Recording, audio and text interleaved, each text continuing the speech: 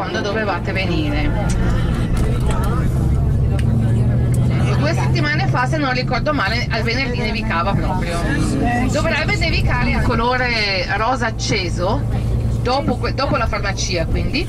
E anche quello è un edificio dei primi del Novecento, oggi è un hotel Mertot, dunque liceo scientifico e istituto di sinistra, quindi monumento agli alpini, questa fontana che si erge dagli inizi del Novecento in questo grande prato.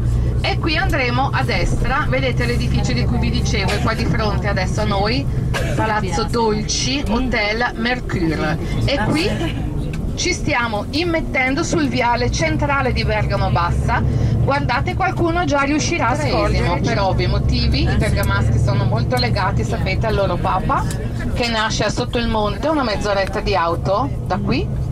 Sotto il monte a molti turisti che visitano la casa natale. C'è una fontana che i bergamaschi chiamano la zuccheriera, per ovvi motivi la vedete, ecco, qualcuno inizia a vederla adesso, la zuccheriera, perché ha proprio la forma di una zuccheriera. A destra e a sinistra i 2 propilei. Propileo è una parola greca che significa ingresso, l'ingresso alla città nuova. Sempre a sinistra la torre dei caduti, a ricordo dei caduti della prima guerra mondiale, a destra Teatro Donizetti, l'edificio in rosa. Andando sempre dritti vediamo una serie di edifici a destra e a sinistra che risalgono agli inizi del XX secolo, quando è stato restaurato il centro di Bergamo. Chi l'ha restaurato, chi l'ha progettato? È stato lo stesso architetto che ha progettato, se qualcuno di voi è stato a Roma, qualcuno è stato a Roma? Sì. Al 1561, poi vi racconterò più in dettaglio, e sono patrimonio. Bergamo resta sotto la dominazione veneziana per quasi 400 anni, poi vi racconterò.